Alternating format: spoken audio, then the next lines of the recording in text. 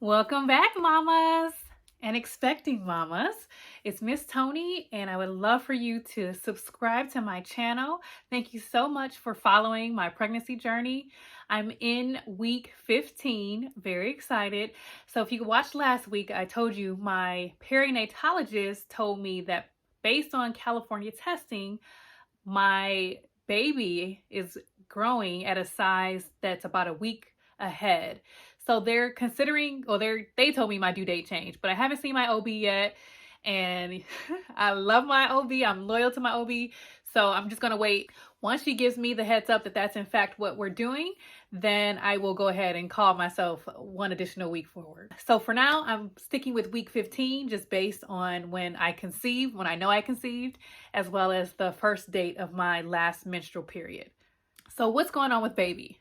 Baby actually still is about 4 inches long, about the size of a pear, but gotten a little bit bigger. So baby's about 2.5 ounces as opposed to 2 ounces last week. So how is mama feeling? I'm feeling good for the most part. I feel like my fatigue is finally ending, and I'm just feeling more normal, where I can just go through the course of a day without needing a nap in the middle of the day for energy. The hunger pains are real now. So in my first trimester, I could barely even finish my normal size portions of food.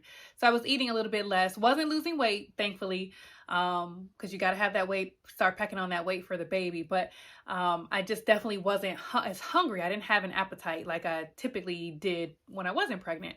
So now that I'm in my second trimester, I can definitely feel the difference. I'm hungry every few hours. I have to have something, whether it's fruit or trail mix or just something. I have to have something in my tummy. In fact, as soon as I'm done with this, I'm going to grab myself some lunch because mommy is hungry and baby is hungry too.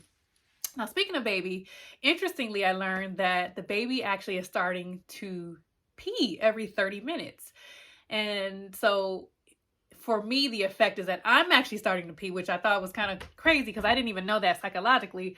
I just know the past week I've been getting up in the middle of the night going to the bathroom, and I didn't have to do that the whole first trimester. I didn't have to pee more than normal, and I drink a lot of water. So this is actually a new thing that I'm experiencing, just frequent urination.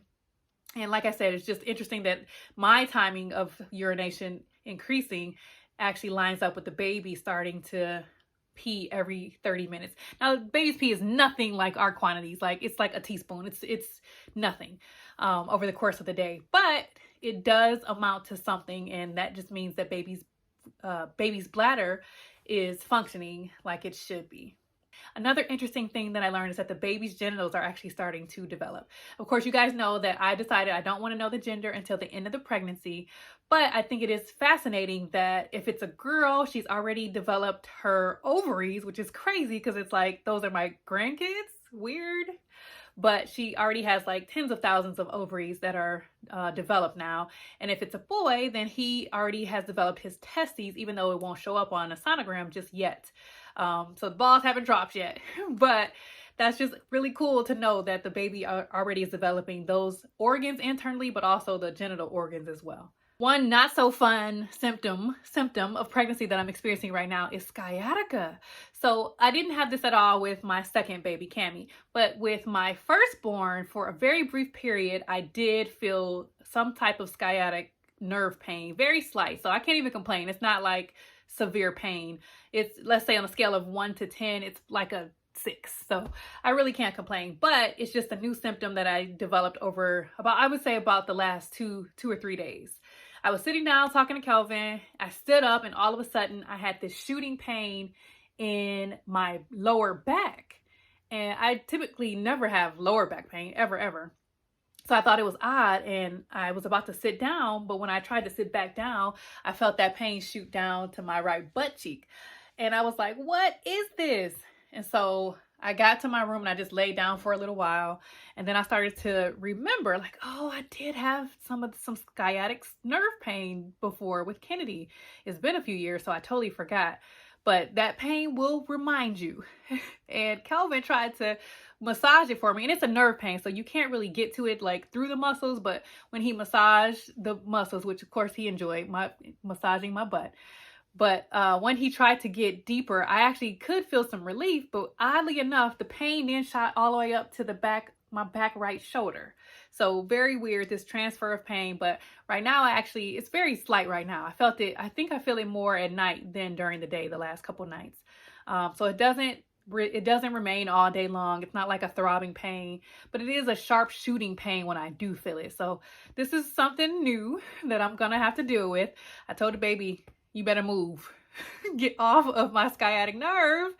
Get off my nerves. This is hurting. You are getting on my nerves, literally. But no, for real. It's like I said, nothing severe, nothing major that I have to worry about. I Googled it. Dr. Google said, this is normal. And again, I do remember experiencing this with my first baby. And it didn't last for long. It was like a couple weeks and then it was gone. So hoping that that's going to be the same this time around as well. So the last thing I wanted to share with you guys this week is this test called the California Prenatal Screening Test. If you guys have seen something like this from your doctor, I declined this with the last baby. I also declined this for the first trimester screening. So my doctor did give me this for first trimester screening. Here is my issue, and I would love to hear from any of you who are also in California, or if your state or country have something similar.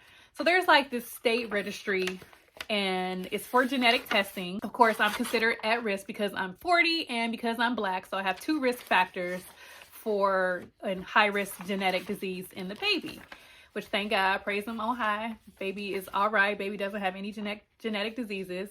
I name it, I claim it, I believe it. And I got my NIPT test results back already. I told y'all a couple weeks ago, and they're all negative. They're all extremely low risk. So I don't have to worry about things like Down syndrome, Edwards syndrome, Patau syndrome, anything like that. But some of you watching this may have those risk factors. So I want your opinion. I want you to write it in the comments. Tell me what your thoughts are on getting these state tests. So I have 2 opinions. My OB gave me her opinion when I told her I declined the first one at the lab. I didn't even get it done. And she was like, what? And I said, yeah, like I don't feel like it's necessary to duplicate testing when I already got the NIPT test. That's something that I submitted through my insurance, so it's covered privately. And why do I need to do a state test for the same genetic test? So I was leaving the office actually, and she came out to the waiting room and was like, Toni, you should get this test. And I'm like, okay, you're scaring me. Like, what's up? And she said, nothing to be afraid of. She said, all the genetic factors in the test are not exactly the same ones that are tested in the panorama test. So that's why she thinks it's necessary. She thinks I should still get the California prenatal screening done for the second trimester, which you get between your 15th and 20th week. The doctors will always tell you because of delay in results, you should get it between 15 and 19 weeks. So I haven't done it. Again, I'm still debating because it's like, why does the state need my DNA? Like, why do they need my blood on file? I don't know. Maybe I'm a conspiracy theorist. I don't know. But I'm like, why? I did it with my first baby just because I didn't have time I didn't even research it. I just was like, oh, I was getting all this information given to me from my OB and from my perinatologist that I just kind of went with the flow. It was my first baby. I didn't know what I was doing. Second time around, I was like, well, let me research that. Like, let me kind of understand what that is. And I declined it. Like I said, this time around, declined the first one. And she's really pushing me to get the second one. I mentioned I had set 2 opinions. So I also talked to the sonogram tech when I was at the perinatologist, and I said, what is the point? Why are they requiring, or why are they requesting that I get this test?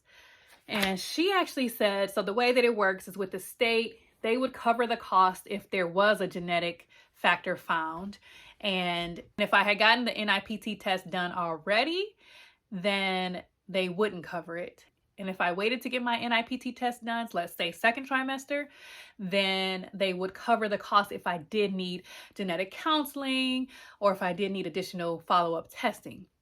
So I explained to her, I already did NIPT. I don't need this. But she said it the same thing that my OB said. This test includes other factors, other genetic tests that are not included in the NIPT test. And that's why they recommend that I get additional testing, again, because I'm considered high risk with my 2 risk factors. I would love to know your opinion. So write in the comments what you think, what your thoughts are. What did you do when you had to face the same decision? So I have to show you guys my little bump. Don't laugh because it's literally like a bump. You can miss it if you blink. But I got a little something, something materializing over here. Baby's trying to show me he or she is present. That's a little something, something. Let me show y'all like a profile. Yeah. So, baby's on the way. Baby's on the way. So hopefully I start showing in the next, typically I don't show until about 5th month, maybe the 6th month.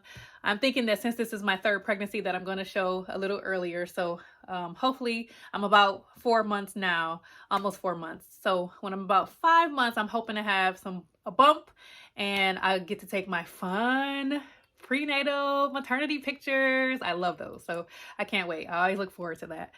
If you haven't subscribed to my channel, what are you waiting for? Subscribe, subscribe, subscribe, comment, like. I would love to hear from you.